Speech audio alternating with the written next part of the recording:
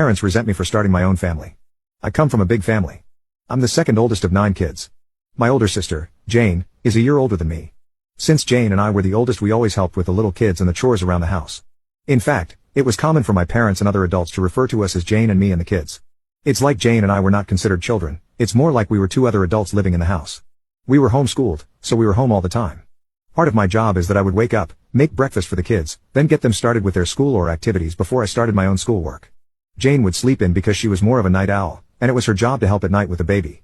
Jane and I did most of the chores around the house. We took turns either cleaning the kitchen or doing the laundry, of which there was a lot. I did all the guy stuff, like mowing the yard and taking out the trash. As I got older, I would delegate some of these chores to my younger brothers, but it was still my responsibility to make sure it got done.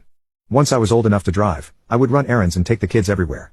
I can't tell you how many times I would take the kids to things like playdates or doctor's appointments. I would often tuck the kids in bed and tell them stories. To me these things were all just normal, but looking back on it I was more like a second dad to the kids than a brother. Jane and I did have a lot of freedom as teenagers to go out with our friends, if the chores were done. We didn't have cell phones back then. If we wanted to go out we would just tell our parents we were going and they didn't care, as long as we were back by the next morning. I moved out when I was 20, but I still spent a lot of time at my parents', and one of my younger siblings was almost always at my house. One brother, JJ, pretty much lived with me since he was 14 because he and our mom didn't get along. When JJ was 17 he got in a wreck and he called me instead of calling dad, because I was just the one who handled those